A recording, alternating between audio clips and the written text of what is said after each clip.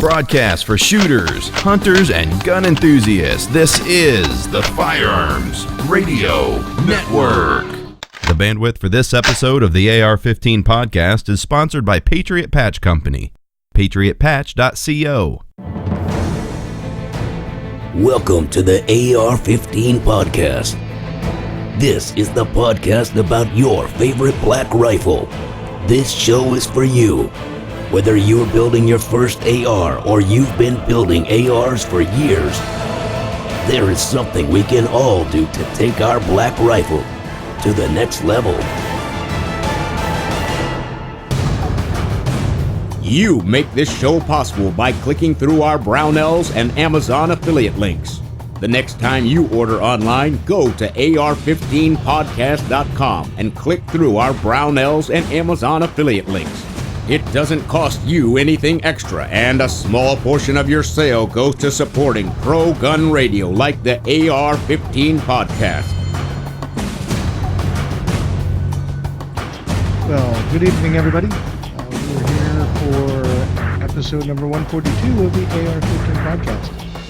So I guess on this episode, we're going to have just a regular old roundtable. Maybe it's a triangular table since there's three of us tonight. This should be a good discussion. Before we get too far into the show, we want to let you know that we are beginning our giveaway for the Vortex Spitfire 3X Prism Scope. So what we are asking you, our listeners and fans, to do is nominate a veteran to receive this Vortex Spitfire. For those of you who are capable of watching us on YouTube, JW is holding up a wonderful example. In fact, it is the very Prism scope that is going to be headed out when we get a winner drawn. And you can see it on our YouTube video recording of the show. But I even kept the box. See, that is outstanding. How about the instructions and the warranty card? Oh, yeah. Battery's still good to go. I didn't leave it on or anything. Good deal. We have, through James's wonderful expertise, been able to create a mechanism for you to nominate a veteran. We've put a link in our show notes, and that link will be in each of the show notes for each of our episodes up on the AR15podcast.com website. But you can also go to our Facebook page, and you can click on the link there so that you can enter the details to nominate a veteran. We're really hoping that we get a lot of good, inspired nominations. I know that surely, with as many listeners as we have, there must be any number of veterans that you guys think deserve to have a rifle optic like the Vortex Spitfire sitting on top of their latest AR. So we would encourage you to go out and enter as many veterans as you would like to. We'd also like you to put down a little blurb, a little note, a testimonial as to why it is you think this man or woman, this veteran of the armed services, is deserving of having their name put in the hat for consideration. So with that, I do want to thank James for coming up with that hard work, and I want to thank JW for being able to get the enterprising side of the show on tap and getting Vortex involved and getting the scope sent out. And you know, at this point, we hope that it'll be a really nice Veterans Day, which is when we're going to pick the winner for some lucky nominee. So with that, let's talk about what we have going on at the Patriot Patch Company. So, JW, James, have you guys ordered anything at the Patriot Patch Company? You know, I haven't, but I saw that they just released a couple new T-shirts that look pretty nice. I might have to fill up my shopping cart. Absolutely. The Huckleberry patch is on my honey-do list to get for a friend that's actually a good shooter that moved away, that always walked the halls of the radio station I work at saying, "I'll be your Huckleberry." So it fits perfectly. Well, I think you better hurry up. I think it's a limited run. I don't know how many are out there. I know that I got notification just the other day that mine's shipping, so kind of real pleased with that. Once again, I'm breaking out the wallet during the show. Well, you know, it happens. It happens. It's not all that uncommon for someone to be, you know, quickly typing in a link so that they can go and get something stuffed into their basket before we, you know, leave a guest or let a show in. So it's okay. You're in good company. You know, with those new T-shirts, I gotta say, I'm really excited about the work that they're doing and, you know, basically getting those put in there. And, you know, I've been told that our show is in the running for a couple of T-shirt models being put into production. So, you know, I don't know if they'd put my ugly mug on one, but you know, I'm gonna petition to have them put JW's face on a T-shirt, and you know, he'll be the new, you know, T-shirtized mascot for the show. We'll put some goggles on and a shemagh, and you know, maybe a big cigar hanging out one side of your mouth. People that know me know that that's exactly what I look like on a daily basis. Adorned with shemagh and cigar. There you go. So we'll keep you updated, but we do want to encourage you to go out to patriotpatch.co and see if you like any of the stuff they have up there. I'm willing to spend my hard-earned money there, and it's not because I know any of the guys. It's because I really like the gear. So we'll see. So, you know, every once in a while, guys, we just sit around and like to catch up. We like to touch base on all the things that we're doing in our lives that relate to ARs, that relate to the things that we love to do and love to talk about.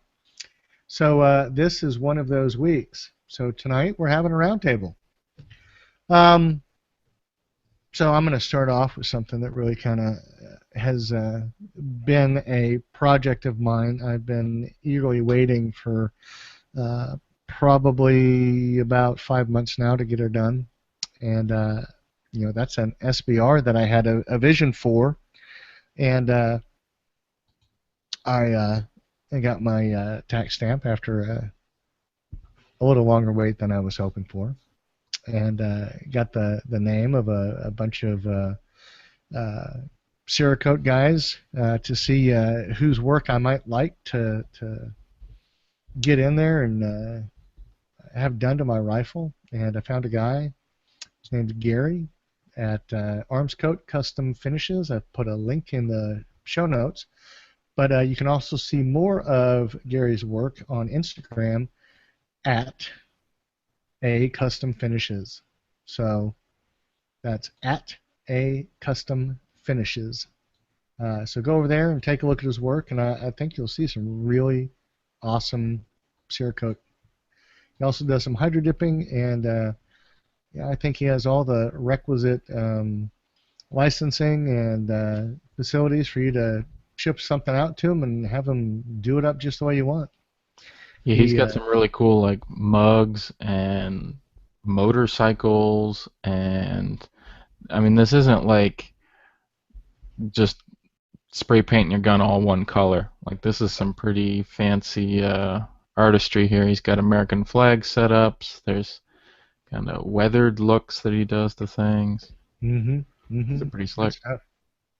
So I would highly recommend that if you're going to get a custom finish on a rifle, that you find a good applicator, find someone with some artistry, and I have to tell you that as far as Gary goes, I will definitely be taking some more projects to him as time goes on. But I put a picture of that rifle up there in the show notes, and I got to tell you, it is sweet. It is. So is that gray furniture that you got on there? It is. That's the Magpul Gray.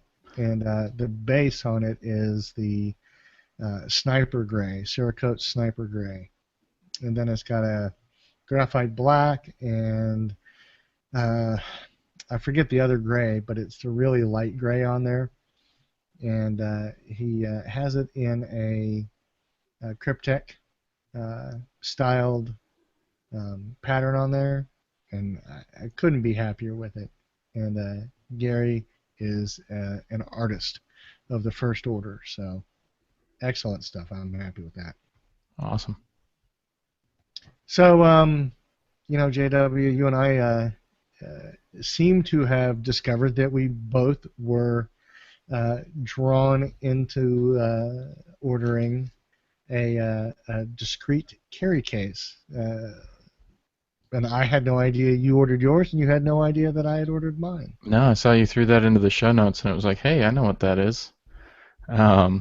Alex over at Critical Precision designed this new case. It's kind of a soft nylon, very civilian-looking case with like a distressed wax canvas exterior, with plenty of room for either a broken down full-length rifle or maybe a SBR, AR pistol, something like that, MP5. Just looks like a great size to just throw in the back of your car and not really stick out as a, hey, this is a firearm. I've got one of those tennis racket cases, and there's some pretty expensive tennis rackets out there, so I think someone might want to just steal that for the tennis rackets and open it up and say, hey, there's an SBR. Why not? Why not just take that instead? Right. So this one's maybe a little more discreet. It's got a little more room.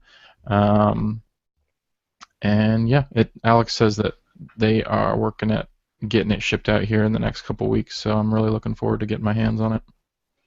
Yeah, I think it really does kind of exemplify some attention to detail and their craftsmanship, and I'm holding out some great hope that they're going to come through on the promises and really provide something that's truly outstanding. So, if you do want to go and take a look at the website, it's at critical-precision.net. And I think a lot of their stuff is kind of custom, one-off, showpiece items. I think they're very heavily driven by a charitable end. Yeah, they do a lot of morale patches for the different like special ops missions where maybe a helicopter's gone down and a team's been lost. They'll try and raise some money for the families by doing a commemorative morale patch. So that's something that they're seems like they've always got a little something different there on the website. So that being the case, I would stay tuned. Go and see what they have, in their collection, and if it's anything that interests you, I'd encourage you to get it. They got some nice morale patches and stickers, and they got a couple of really nice shirts. So yeah, go out there and see what they've got. But I think in the last 30 days, aside from my SBR, the thing that really has me stoked is I found myself buying a flare pistol. I think everybody needs a flare pistol, and this just happens to be a West German 26.5 millimeter flare pistol. So the only time I've rocked one of those was at a night shoot. Somebody pulled one out and said, "Hey, let's kick off the night shoot in style with a parachute flare."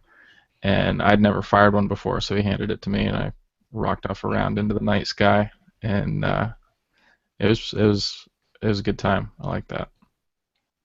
Well, we got to use a lot of flares in the Marine Corps, but not a pistol. They were just tubes, and you yanked on the end, and it shot a flare out. Right. But I went ahead and I committed. It wasn't all that much of a commitment in terms of cost, so I felt really good about it. It's not like anybody isn't going to be able to have a semester in college for it, so they just might have to buy a used book instead of a new. So that's okay with me.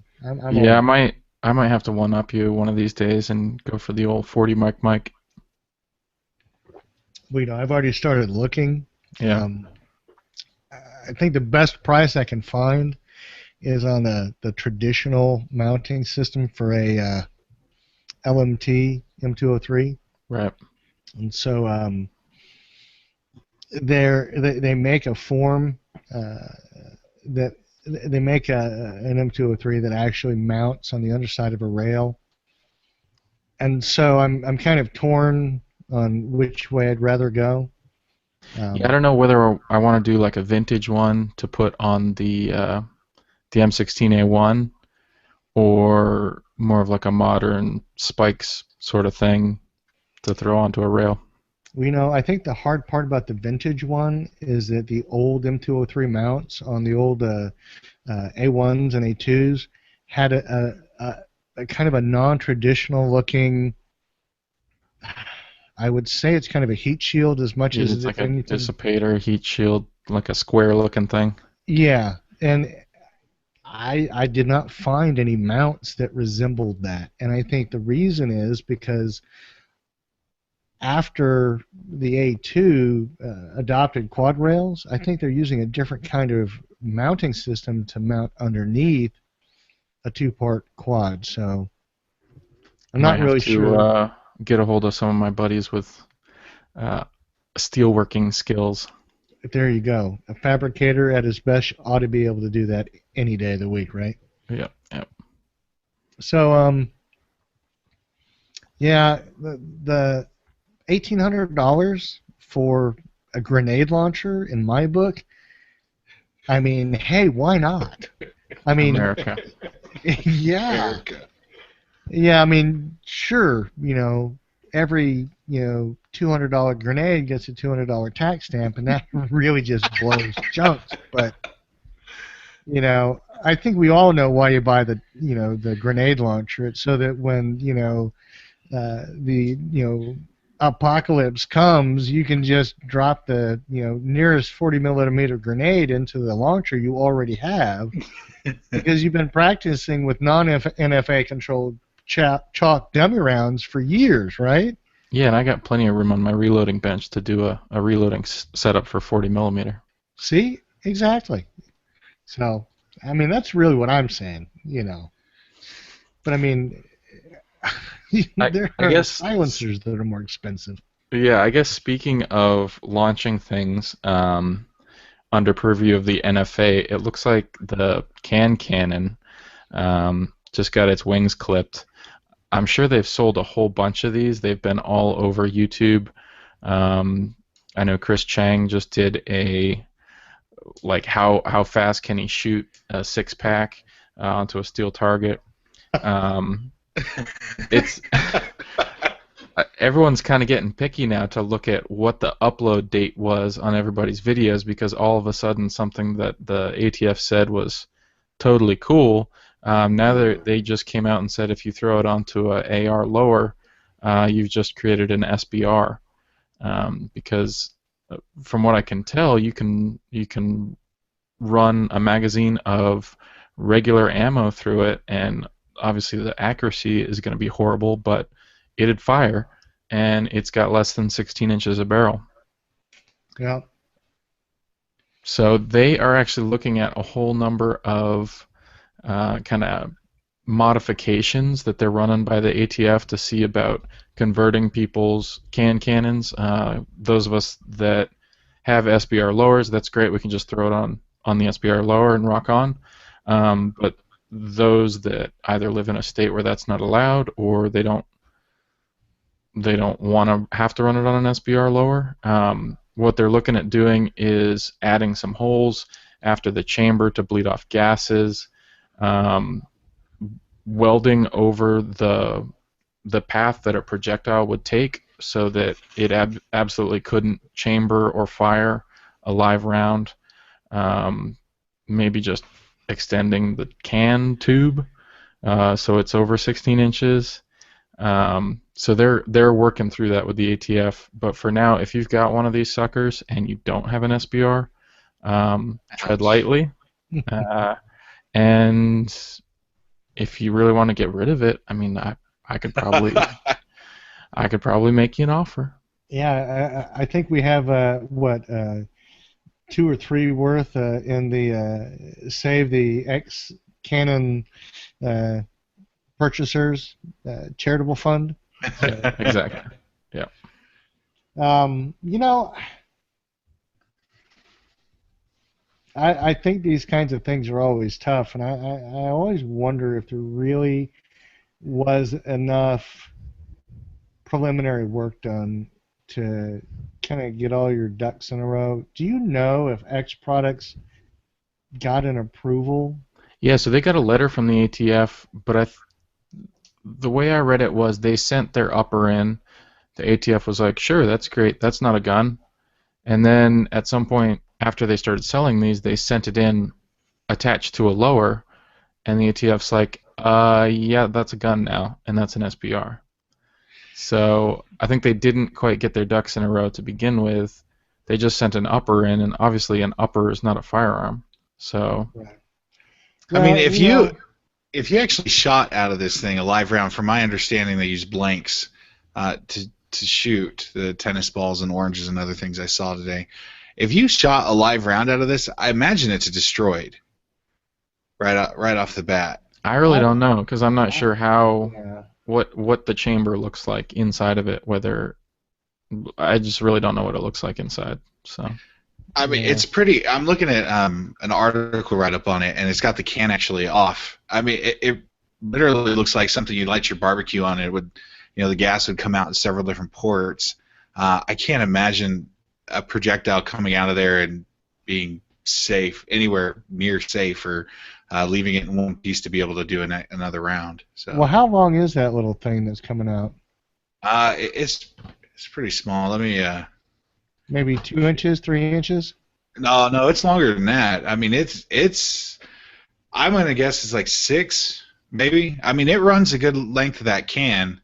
Well, my guess is that if you were to take the can off, the cannon barrel off, and you got a 6-inch, essentially extension from your barrel extension, a 6-inch piece of steel from your barrel extension, and it's got a .224 diameter bore. Okay, I see it. That looks a lot more like what I think a barrel would look like to the ATF. yeah, it sure looks like a barrel with some holes cut in it. I mean, you can port a barrel pretty easily, and if it was a pistol and you had it ported, maybe not quite that much, but it would look like a lot of the old competition revolvers. But I can see what they're going for. I can see why they're a little irritated about this, why they want to shut it down. But honestly, I think that you could just as easily figure out how to make a bore diameter that would only feed gas at the pressures they want and never a projectile, like you were saying, JW. Right. Which basically means it's a non-functioning barrel, so how can it be anything but a non-functioning firearm? Yeah, just a blank firing device. Well, do you think, as far as the ATF goes, if you had what is essentially a rifle in all other respects, except for the fact that it's got a barrel that is incapable of firing a projectile through it, is it then not a gun? No, because your lower is a gun, even stripped.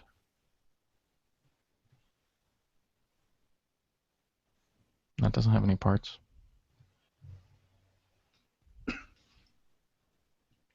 You're the What if it lawyer, was right? Yeah. Well, no, that's a good distinction. But what if it was a revolver that had no hole in the barrel? Is that a gun? Yeah, I've been debating it with my 0702 buddy because I really want a full auto blank firing only AK solely for celebratory gunfire purposes. And he's telling me that that's a no-go, that I can't just do that and have a plugged barrel. So I'm thinking it's a similar issue. You can make something that only fires blanks, but if all the parts are still firearms parts. It's sort of a convertible intent sort of a situation. Well, then how does a starter pistol become not a firearm? So it takes 22 blanks only? Well, what if you have a rifle that takes 22 blanks only? I don't know if you can make it full auto.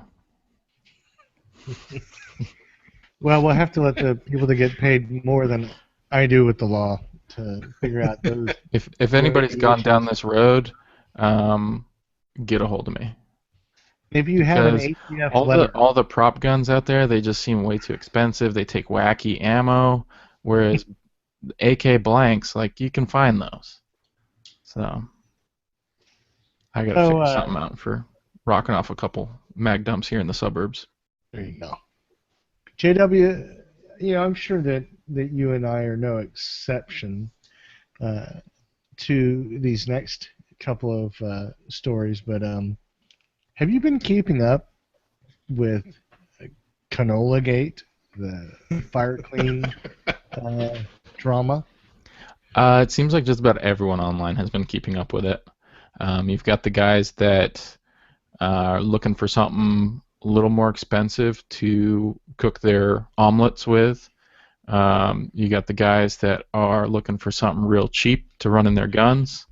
And so people are taking some scientific, I guess, density tests results that the Verwapen blog ran and running with them. So there's some evidence out there that chemicals that make up Fire Clean are common to chemicals that make up Crisco or canola oil, and so the internet has been ablaze with kind of the ramifications of that. Fire Clean's definitely been put on the defensive, putting out all these statements, first saying, no, it's not just Crisco, it's this really advanced product that's been used for years. Then they come out and they have to say, please don't use this for cooking. It's not safe, and our lawyers really don't recommend you do that. So things that kind of hit a fever pitch. There's all sorts of accusations against some of the videos that were put out, proving its effectiveness at, I guess, burning off fouling or something like that, saying that extra blowback gas is better. It's just gotten real heated here. So is there a de facto expert? Is there someone who stands on high in the ivory towers of academia who is handing out little bits and pieces of answer to us? No, I mean it's a proprietary formula. In the patent, it says it's a blend of vegetable oils, basically, along with maybe additional high-tech additives, and that's what Fire Clean says is, hey, it's a natural-based product, but it works. So say it is just Crisco, and Crisco's like the greatest thing ever to lube your guns with, then maybe we should be using Crisco. But what Fire Clean's saying is there's a little bit more going on in the formula that they've developed, and it's been proven. It's an effective lubricant. It makes cleaning a lot easier, and running rounds through guns that have been fire cleaned seems to work. Everybody's kind of getting in a tizzy about that, though. It kind of leaves the door open to some of the competitors, like Froglube, that maybe have similar claims as far as, hey, take a spoonful of our lube and go ahead and eat it. We don't care. It is safe. And was that because it is just vegetable oil, or? I don't know. I don't think that test has been run yet.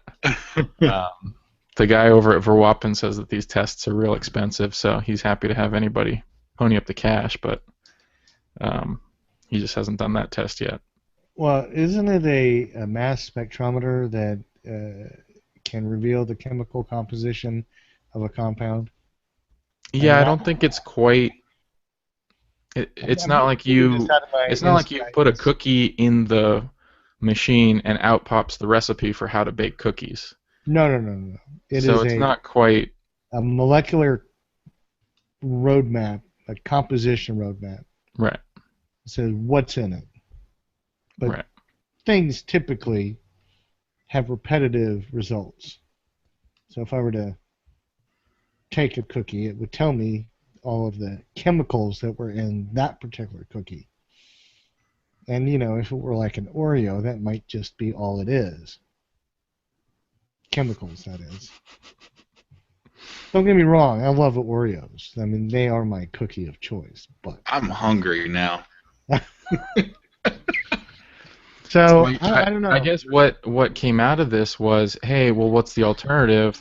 Froglube's the other big player right now, and it has its issues. Guys say, oh, well, it gums up over time. There's some sort of oxidation happening. It's turning brown when I've got it really layered on thick on my gun. I leave it for a couple months, and it thickens up. And I guess the question that I've always asked on that, because I have used Froglube, I've left it. It's felt a little gummy to me. But when I've taken it to the range, the gun still works. I mean, it heats right up. It runs all over the gun, and I mean the gun still works. Same thing with the cold. Things have felt a little slower when I cycle them by hand, but as soon as I let off a round or two, I mean everything's working fine. I'm not getting any malfunctions.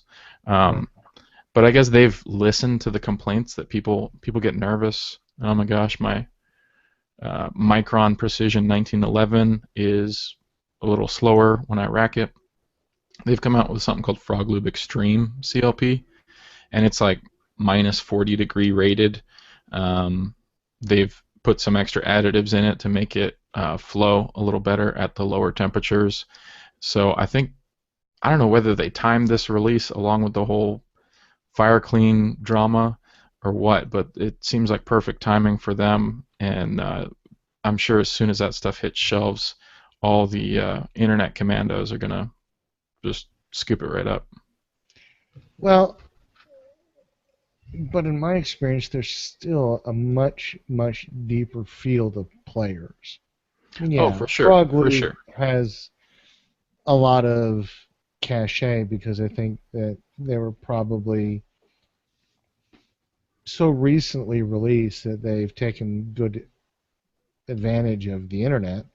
Right, but what percentage of gun owners are actually on these blogs? They're watching all the YouTubers, listening to podcasts that guys are debating these things back and forth, and then what percentage of them are actually giving these newer products a try versus just, hey, my father used hops number 9, that's what I'm going to use, and they don't even bother with it. Right. Well, that's what I'm saying. I think most people are the ones that are just, they're in the field of this is what gun stores sell, it's what the gunsmiths sell, it's what I've always bought. It's all the tried and true stuff. And, I don't think that this is a huge earth-shattering event. I think it's kind of hysterical. Yeah, it's blown up pretty big. Well, I guess maybe we should just not form any opinions so that we don't become troll bait for anybody, right? Or we can just make a whole show out of it. Well, I don't know. I'd have to figure out who I can find that owns a mass spectrometer. So, guys, the weather here is starting to cool down. I don't know how it is in Nevada or Pennsylvania, but, being in a garage in my house when it's 103 degrees outside and thinking about doing some reloading just really kind of takes the will out of me. So I tend to wait until fall comes upon us before I really start thinking about holing up in the garage and doing any big projects. What are you guys thinking? You have anything that you're just looking forward to getting underway now that the weather's starting to break? Well, we've been hit with a ton of rain recently. The weather's been cooling off. We just got a huge monsoon yesterday. So I was actually up till about 3 this morning, bailing out my nice finished basement. Ouch. So that's kind of my project for the next little bit here, is rerouting some gutters and doing some more sealing and. Okay, so wait a minute. Yeah, that's my fall project. What went wrong? I don't know. It I hasn't thought you happened guys like before. grew It's up great. with basements out there in Pennsylvania. That's what I thought. Aren't those houses all supposed to have like basements in their design? And you didn't tinker with anything on the surface, did you? I didn't do anything. Did your inspector tell you about this? No. You may have a cause of action. Just one of those gems of home ownership. No, wait a minute. There's always someone to blame with those gems of home ownership. I'm telling you. There is a trusty licensed attorney in your neck of the woods who will take that case. Yeah. Um, I guess one other thing temperature-based that I ran into this summer was I had loaded up some 308 rounds last winter with CFE 223.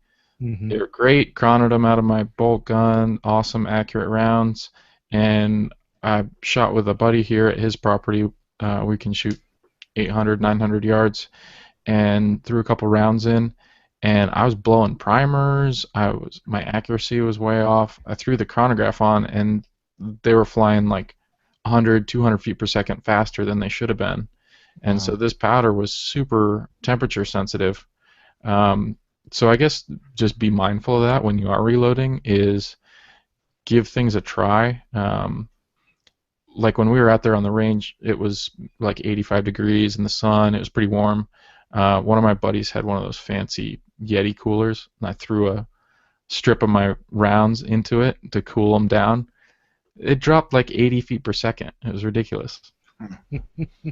So I guess just be aware of that stuff, that if you've worked up a load that's either right on the edge or getting close to a pressure limit, be mindful if things are getting hotter or getting colder. Just test them out at different temperatures.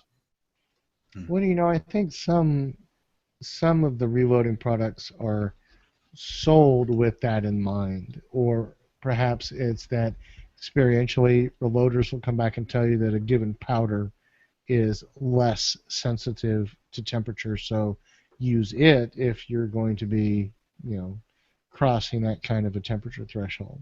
Right. So I went back to Varget and didn't have any issues.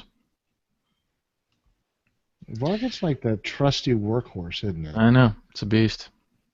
I have to tell you, I was able to trade 2-for-1 Varget for 1680 because the guy that had the 1680 just couldn't find the Varget that I found, by the caseload at the local store I go to. Nice. It was really a sweet deal. I enjoyed it. How about you, JD? I can't imagine the weather's changing too much yet. Yeah, our shooting season doesn't start until like end of October, end of November. It was 105 today. Shooting during the summertime here is problematic because everything gets so hot. Where you have to go outside of the Las Vegas Valley, you're in desert. I mean, strict desert. So we're talking 110 and 115 out there, and then no shade. So you either get up really early in the morning to go shooting, which I'm not a huge fan of, but shooting at night here is fun as the sun's going down and it starts to cool off a little bit. But definitely late October into early December, it's beautiful here. You go shooting.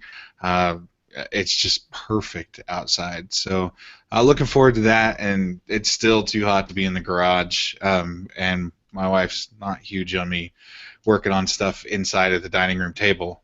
I don't get why. The lube I use is completely edible, and I think the kids like it. So it's just trying to find time to do those projects. I'm waiting for that Form 1 to come back, and a couple other things that I want to get done this fall. So yeah. Nice. Well, the latest news that hit this morning, or maybe yesterday, is if you are in a hot climate like that, or if you're throwing your gun in your trunk and it's heating up during the day, you got to watch out if you got an EOTech. Turns out they've got some reports of them actually being very temperature sensitive. That if, say, your EOTech heats up a whole bunch, sitting in the trunk of your squad car or sitting out on the range, that the zero will actually shift, or it could actually shift. And then when it cools back down, it's not necessarily going to return back to where it was. So guys they're seeing maybe 2 minutes a shift. That's like 8 clicks. I mean, that's not insubstantial. We're talking guys that have these on their patrol rifles. They've zeroed them at the range maybe once or twice a year, and then they're going out, depending on them, in active shooter situations. Maybe there's hostages around, and their point of impact is going to be different. So this is really kind of shooting up a flag in the industry. Guys maybe have been pointing out different problems with EOTechs over the years, but this is kind of something official that came out of US SOCOM as an advisory to all their users to be aware of in different temperature changes, that you want to double check your zero. JW? It sounds like there might be some legal stuff that the guys that make EOTechs are getting ready for, so this could really blow up on them. There's something that is kind of it's in the back of my mind. Something that's just kind of nagging me about this whole thing. Hold on a second. Let me see if I can figure it out. Oh, I've got it. Iron sights solve that problem. I'm just going to go on record as saying, with co-witnessed iron sights, they pretty much solve that problem. Yeah, just pull it out, flip up the sights, take a look. Yep, has it shifted? Nope. Okay, we're good. You think that'll save them from legal trouble? Well, I don't think it'll save them from legal trouble. I mean, that's kind of a tough thing to be in. But, it says here there's like a plus or minus 4 MOA shift. I mean, that's a pretty substantial shift. Yeah. I'm just thinking you're getting kind of all the normal EOTech versus aim point arguments are coming to light here. It'll be interesting to see how this plays out. I mean, even with that, are there incidents of thermal drift occurring in other similar technologies? I'm sure all the tests will come out here. Yeah, someone will go back and do a mad scramble and bake their aim points at 140 just to make sure that it does or doesn't. I'm talking about the manufacturers. They're going to go out and torture test all their devices so they can come back and say, nope, we are good to go. But that's a shame. You hate to see a company that tries to do good come under fire like this. But I guess now is when we see what EOTech's response is going to be. If they step up and just take care of business, then we applaud them. I see a guy here in the comments for one of the articles. He says, I own 3 EOTechs of Volkswagen, and I use FireClean. Someone please just shoot me.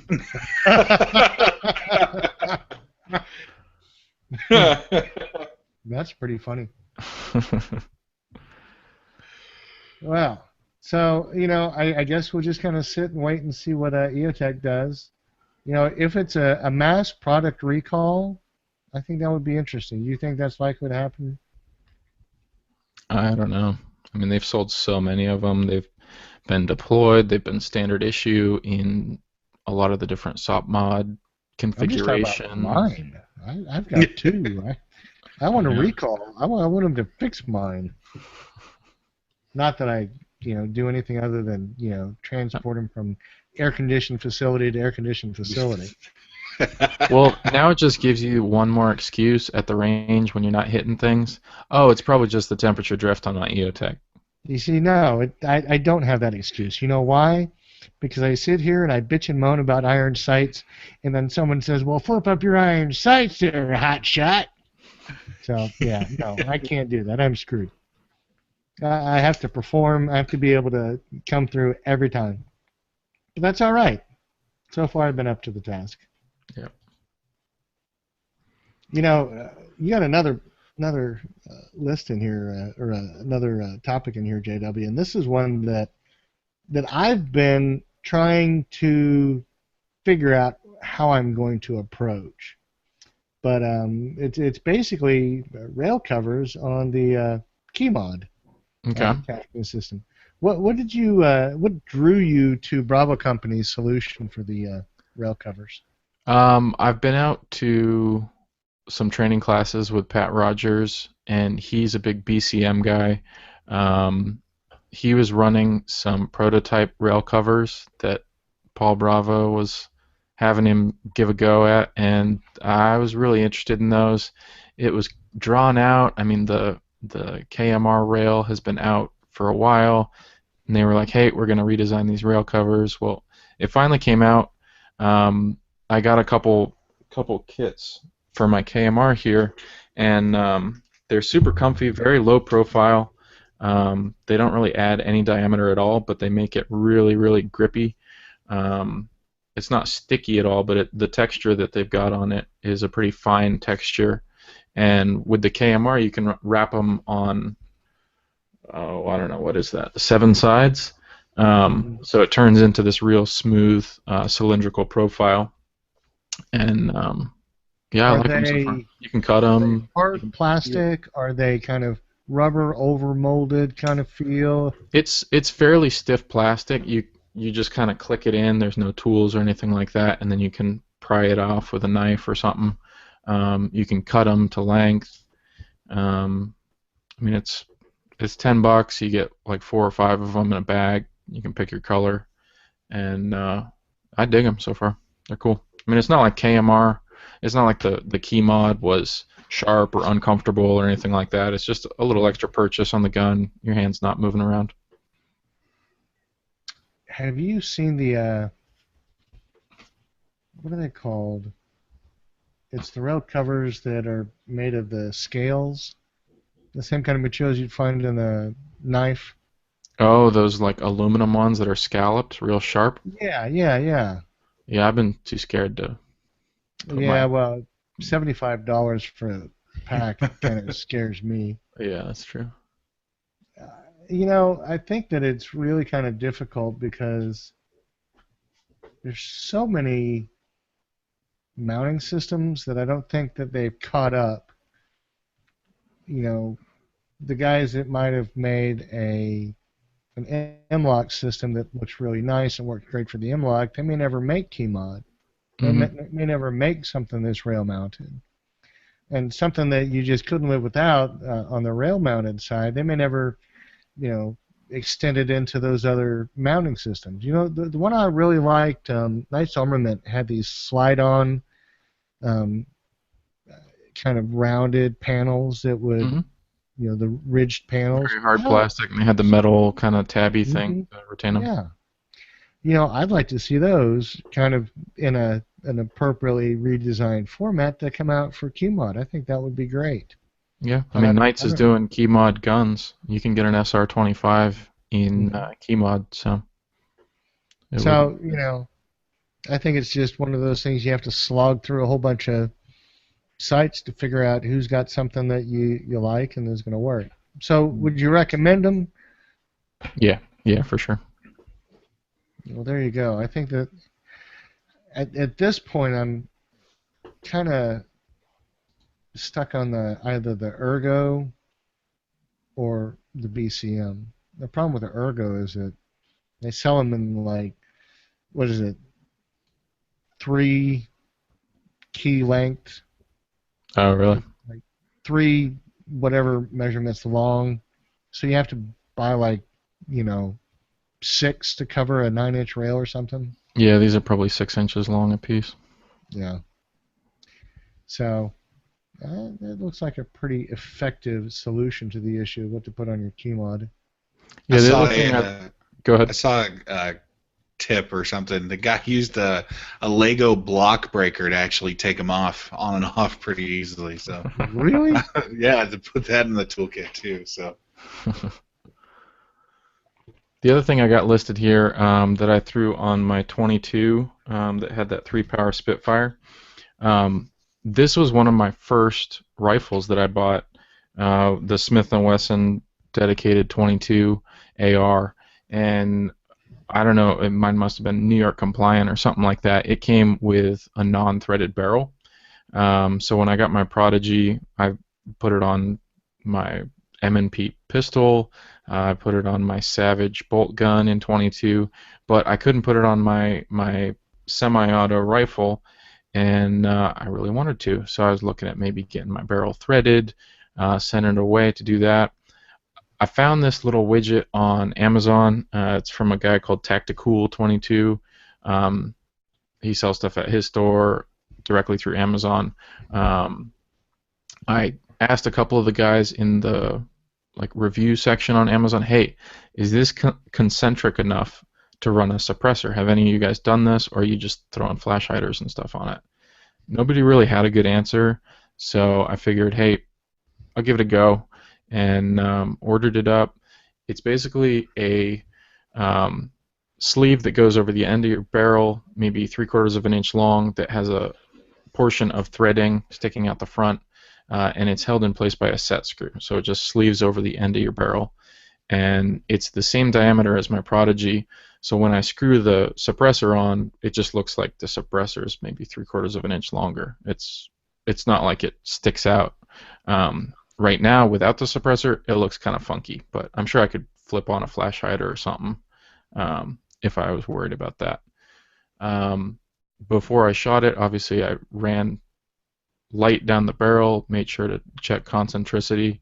I was kind of torquing on it, making sure it was staying still, and everything looked good. So I took it to the range, shot it, didn't have any issues at all. All the rounds went through just fine. No big point of impact shift, and been real happy. So now I can run my M&P 1522 with the can on it, and with regular ammo, it's still going to spin up and crack pretty loud because it'll go supersonic, but definitely quieter. If you run subsonics, obviously it'd be great. Well, do you think that this is going to be your permanent solution there, or are you going to eventually thread the barrel? I don't really have a reason to at this point.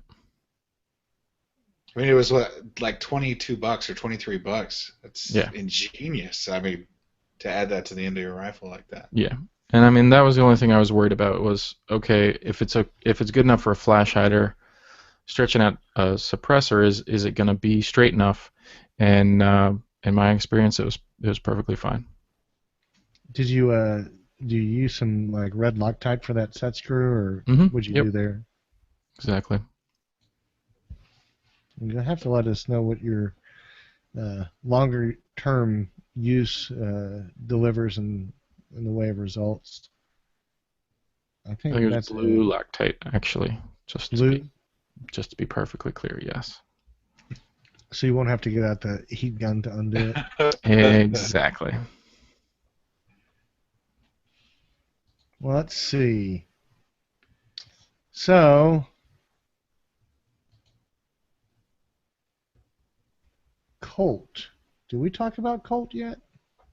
I don't think so. I think we talked about it before. So what do you think, guys? What do you know about Colt? I don't really have much to comment on. I haven't been tracking them too much. I just know everybody's in a tizzy as far as, are they going to survive? They just got a recent government contract that's kind of shared between them and FN.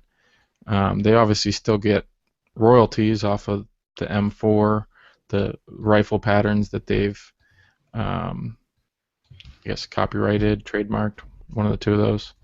That should be a patent. So they get royalty off the patent then?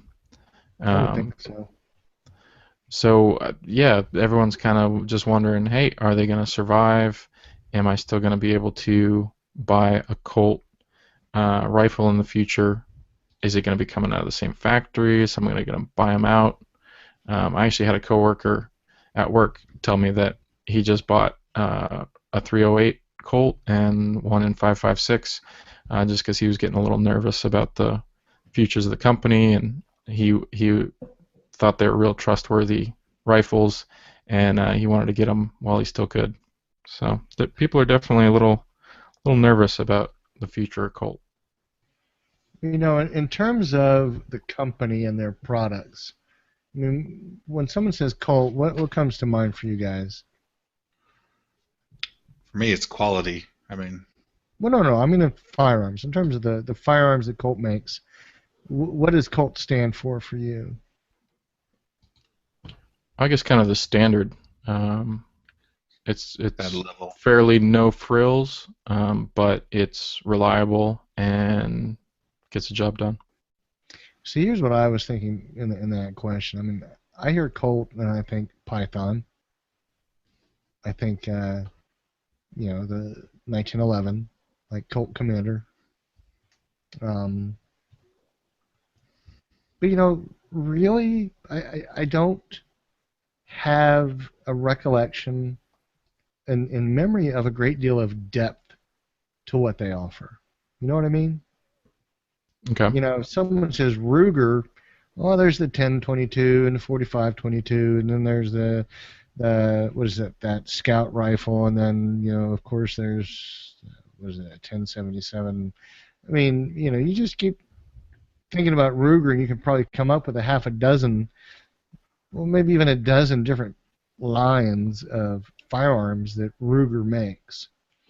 You start talking about like SIG. I can name a ton of SIG products, but Colt just doesn't stick in my mind because I go to a store and I don't see a lot of Colt. Mm-hmm.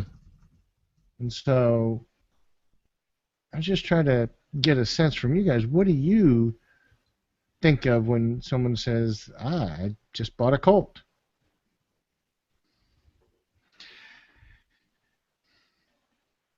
See, I'm not hearing anything. I mean, for me, it's fairly. I remember some political stuff on the gun control issues.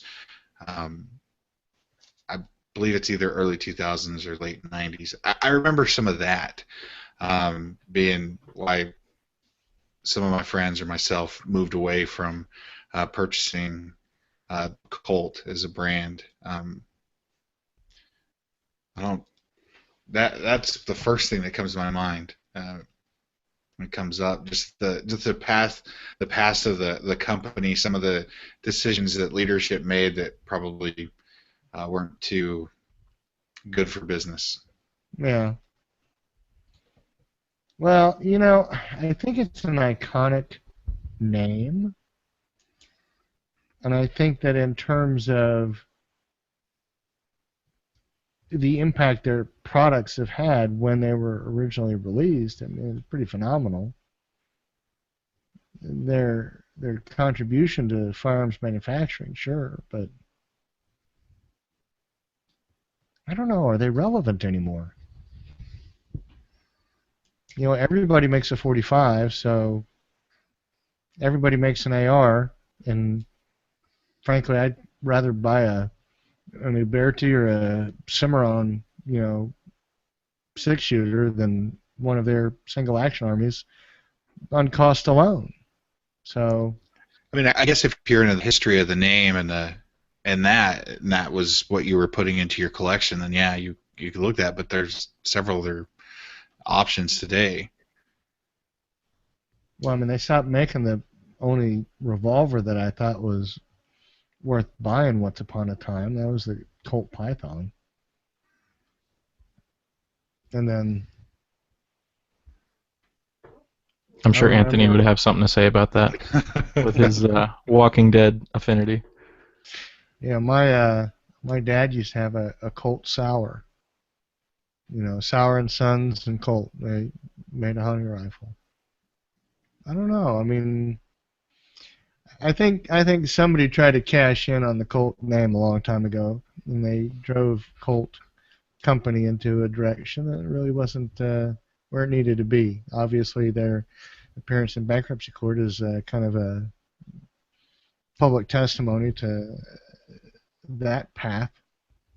And of course, until you really kind of dig into a history, dig into the bankruptcy filing, dig into the details of all of these things, there's a whole lot of nuance that escapes us in a, 4-paragraph, blog report or a 5-minute news story.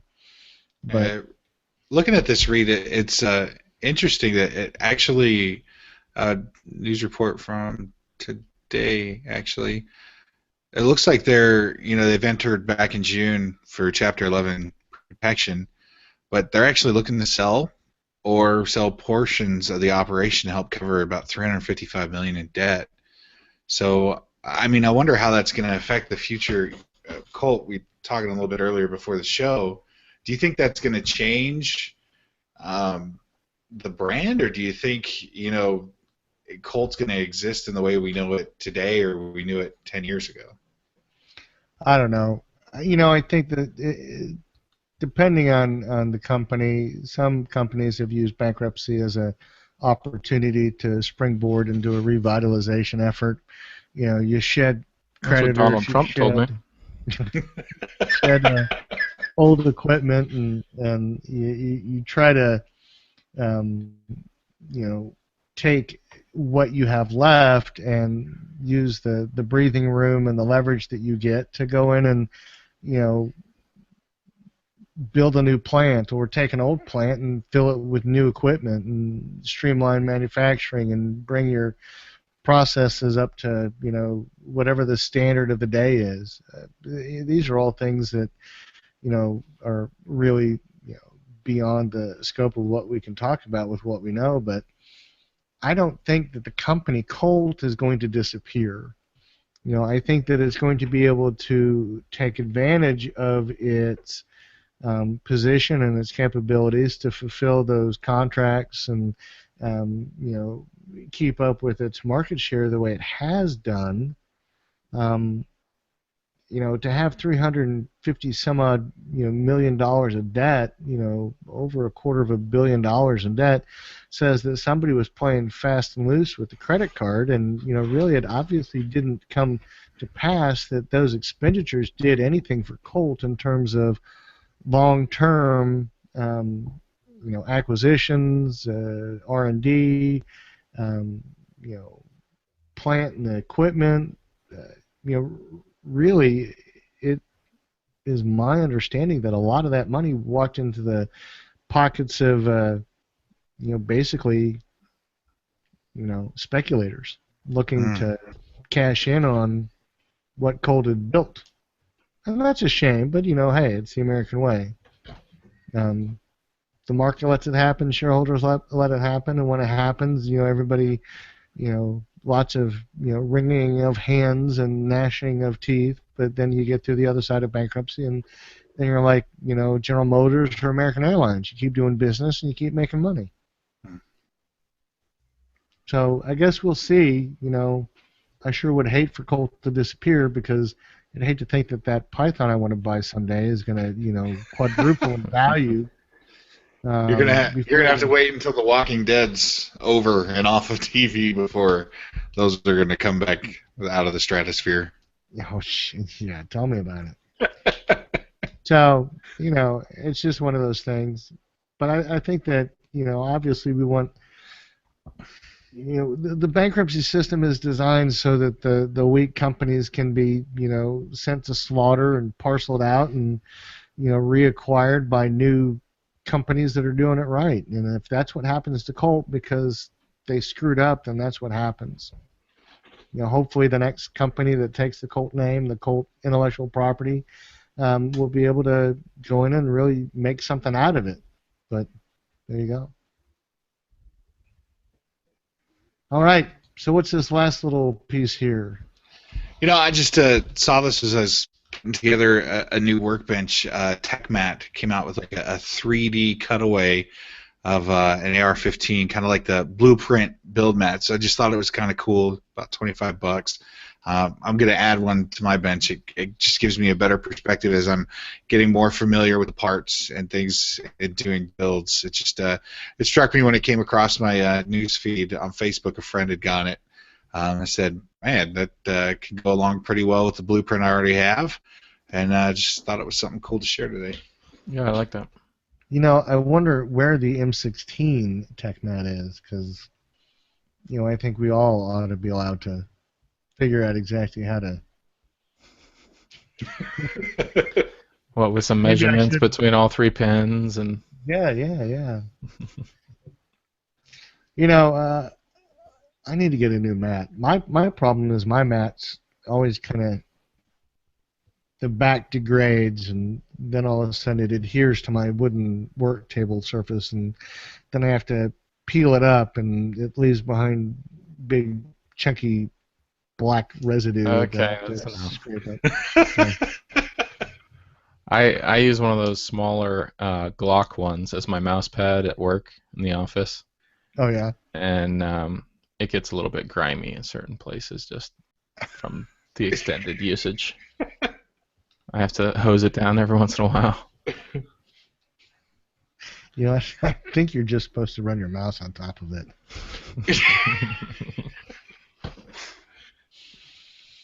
So, anybody have any final thoughts? Anything that's just kind of been burning a hole in your pocket to let loose and tell the listeners about?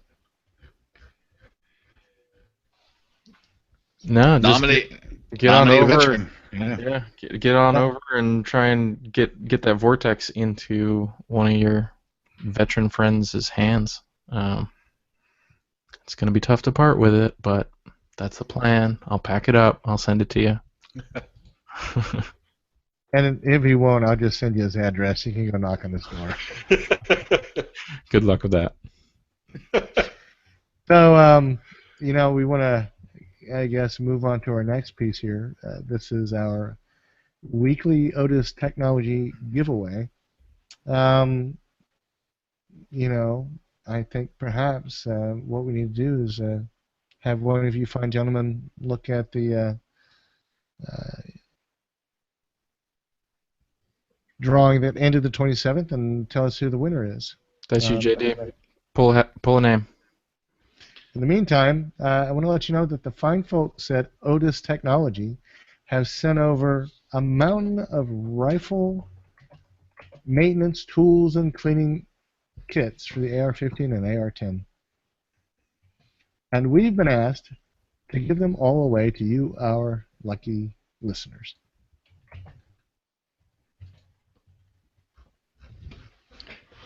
I'm So good. we want to ask you to watch for the special posts on Facebook to get a chance to win some of the awesome products made by Otis Technology.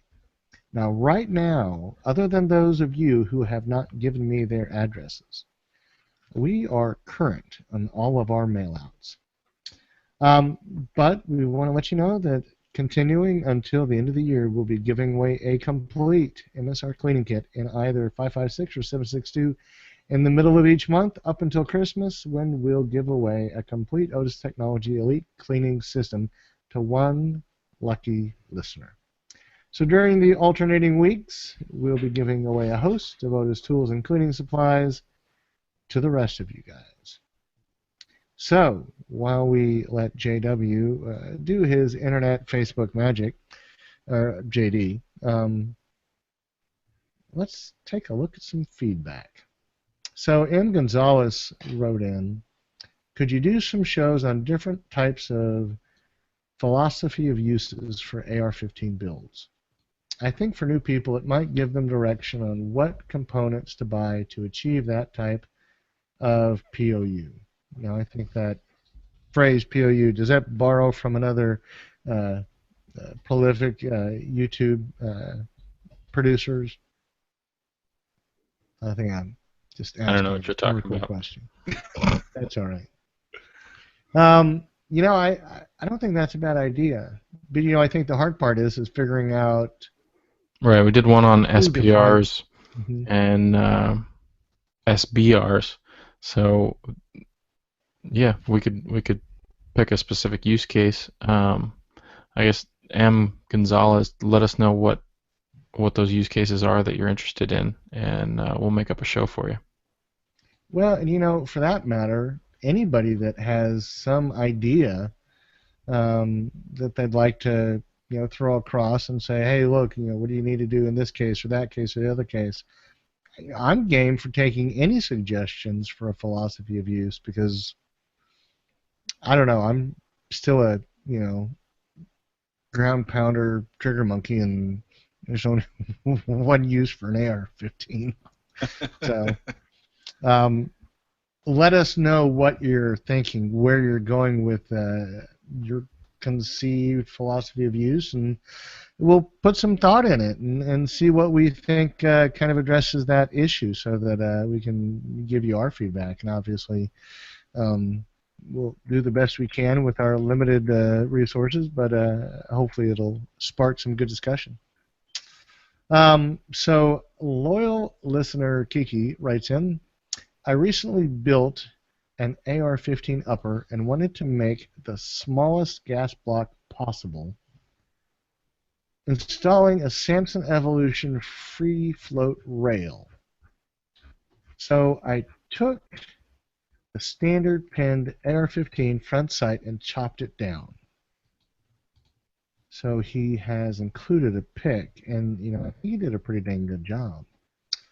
But he figured the original metal pinned gas block would be far stronger than any aluminum clamp on gas block sold, and so far he's test fired 40 rounds through it and hasn't moved it.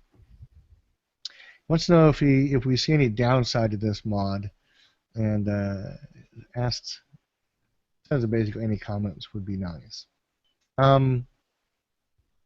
As far as the mod, I don't see any downside to what he's done. I think obviously there is a point when you shave so much material off of standard A2 frontside base that you could impact its function. But when you haven't done that, I still think there's a lot of material you can cut down and never get close to impairing function.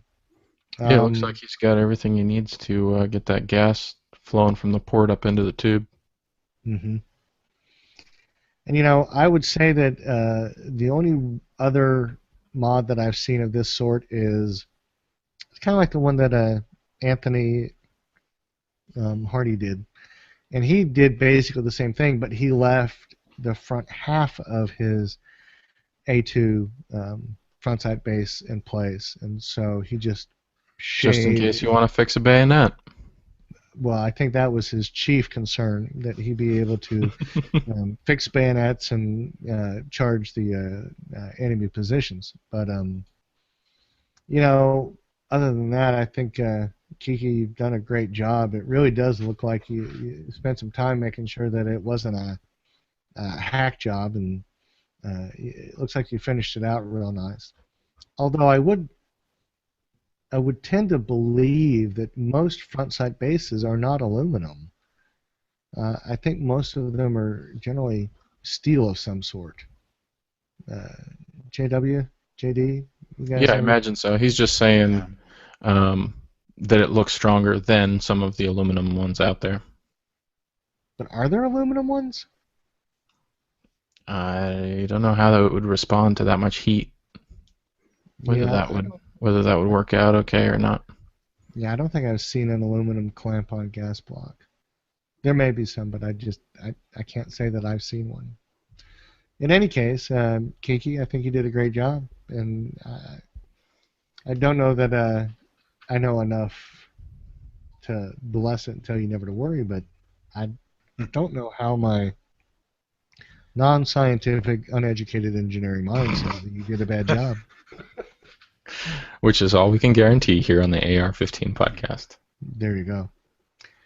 Well, so I think with that, we've kind of run through all of our delaying tactics. It looks like our expert on Facebook and all things internet has come up with a winner, and it appears to be Seth Mullins.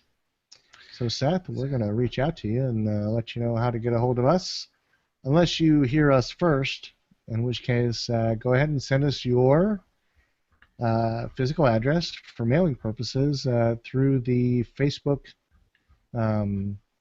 account that you entered your registration for the drawing through. That way we'll know it's you and not some other Seth trying to get your prize winnings. Well, guys, let's go ahead and wrap it up and close it out then. Yeah, remember you can send us any questions or comments to feedback@ar15podcast.com. There's also the option to leave a recorded voicemail using the SpeakPipe plugin on our website. You can subscribe and listen to us for free in iTunes or over on Stitcher. You can also leave us a review that'll help other listeners find this show. If you got pictures of your latest build, something you've been drooling over, or maybe a trip to the range, go ahead and share it with us over on Instagram. Tag us at AR-15 Podcast or throw a hashtag in there with the same thing. Give us a look on Periscope from time to time. Maybe we'll broadcast from the range. So go ahead and follow us there at AR-15 Podcast. We broadcast live on Google Plus and YouTube. I know I threw a link up at Facebook when we went live here for anybody who wants to tune in and watch the video stream. If you just search for us, AR-15 Podcast, you'll see our streams there, and over on Facebook, you'll see the link directly to the broadcast. Check out some of the great other podcasts here on the FRN. If you go to firearmsradio.tv, you can see a list of all the other shows. I'm sure you'll find something else that piques your interest. Give them a listen. We're part of a great network here that's always growing and expanding. I know we got a couple new hosts on the network that we all welcomed kind of in our email chain here. So give a listen to some of the other shows out there. Let us know what you've been liking, and maybe whether there's some interesting crossover that you think should be happening. Don't forget to use our Brownells affiliate link for all your AR-15 parts by going to ar15podcast.com/parts. And for all your other shopping on Amazon, start out by clicking through our affiliate link right there on the website as a banner, or you can just go firearmsradio.tv/Amazon.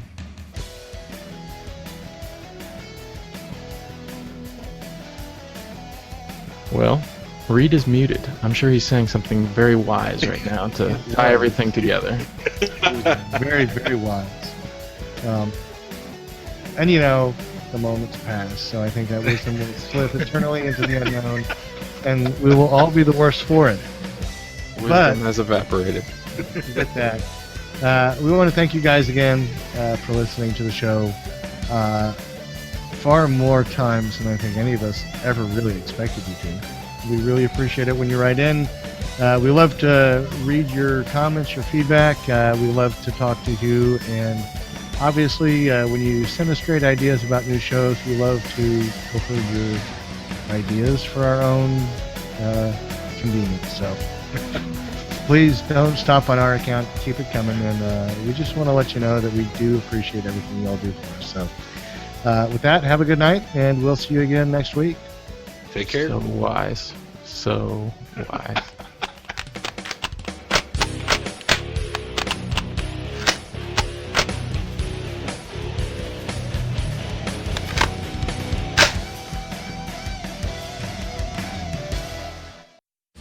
This has been a production of the Firearms Radio Network.